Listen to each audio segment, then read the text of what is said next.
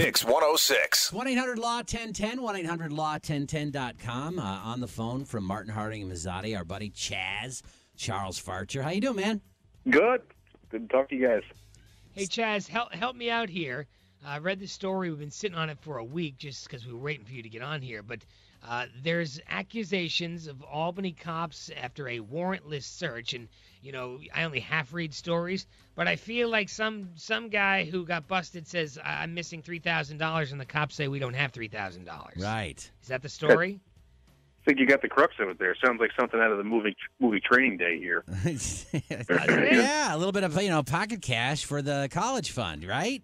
Well, the accusations are certainly troubling, but I think you got to consider the source. I think you hit the nail on the head. You got a guy who was arrested, and charged with, well, he wasn't actually charged with, he was originally arrested, and the cops claimed to have found a large quantity of crack cocaine and marijuana in his apartment. But in addition to that, he claims there was also a lot of cash there that vanished that the cops don't have any record of having ever taken. Yeah. Okay, so if there was cash there and it was on record, it would be like, drug money, so they would have the right to take it, right? Yeah, it certainly could be seized as evidence. We have civil forfeiture laws, so if you have any type of property that is either the instrumentality or the proceeds of a crime, then the police, law enforcement, has a right to seize that property. That would if I'm selling hot dogs illegally down in Empire Plaza, you can take my hot dog truck. And the buns. And the buns, and the dogs, and probably my license. In theory, I think yeah, right. Yeah, you can picture me doing that, can't you, Chuck? I'm trying to think how many hot dog carts have been seized recently, but you're probably right. All right. Look, I mean, I 99% of cops are all good guys, good girls. We know that, but I mean, there has to be this kind of temptation there. I mean, we watched Dexter. Remember Detective Quinn on Dexter? Always taking the cash out of the safe. Yeah, it does happen, Chaz. You hear it kind of consistently, at least a couple times a year. Whether it's here somewhere in this country that this happens. Well, I think what's troubling in this case is that despite all the drugs that were found there, and it seems like there was a considerable amount of crack and marijuana found in the apartment. There were no drug charges pressed against this guy, and it comes out later on that the reason there were no charges is because there was no probable cause for the search, so the search would have been bad. But it does raise a lot to questions, and that's why you have procedures and policies in place so you don't have these types of Well, then problems. what the hell, man? Because does that sound fishy, right, Cantera? Right? Does he get his drugs back?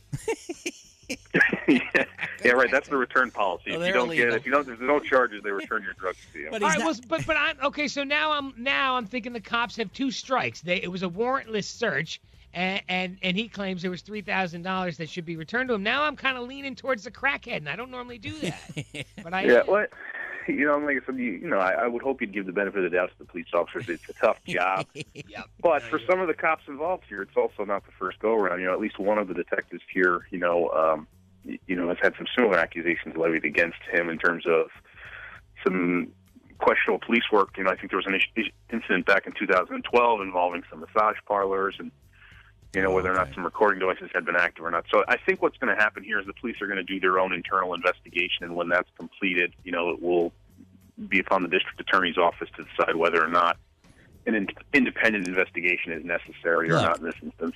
Have you guys gotten your electric bill yet for the last month? I don't pay the electric bill here. Well, let me tell you something. If I'm rolling through my regular day life and I get an electric bill like I got yesterday, $406, and I had the opportunity to steal $3,000 from some a-hole crack dealer, you're taking it. I'm taking that, man. Just saying, $406 in electricity is a lot of money. It's Chaz Farcher from Martin Harding and Mazzotti, 1-800-LAW-1010 and 1-800-LAW-1010.com. Real quickly, Chaz, what happens to money that's seized and it turns out to be dirty money? Like, what do they do with it? Hey, and that's the crazy thing. There's been a lot of people have been looking back at these laws. Under civil forfeiture laws, any property or proceeds that the police seize that are the instrumentality or proceeds of a crime, a lot of the times the law enforcement or the police department, if it's properly seized, keeps that money. They auction the vehicles off. Exactly. They keep the cash. It's why and how Sonny Crockett used to drive a Ferrari in Miami Vice. I mean, that's how they used to get the fancy clothes. I just want to be clear: the police department, not the individual police officers, keep that money. Well, they gave it to use in the undercover stuff. I don't know. All right. Thanks for the time, man. Thanks, buddy. And this looks fishy, and you just made it look fishier. So I appreciate the time, Chaz. 1-800-LAW-1010, 1-800-LAW-1010.com. Chaz Farcher on the phone from Martin, Harding, and Mazzotti.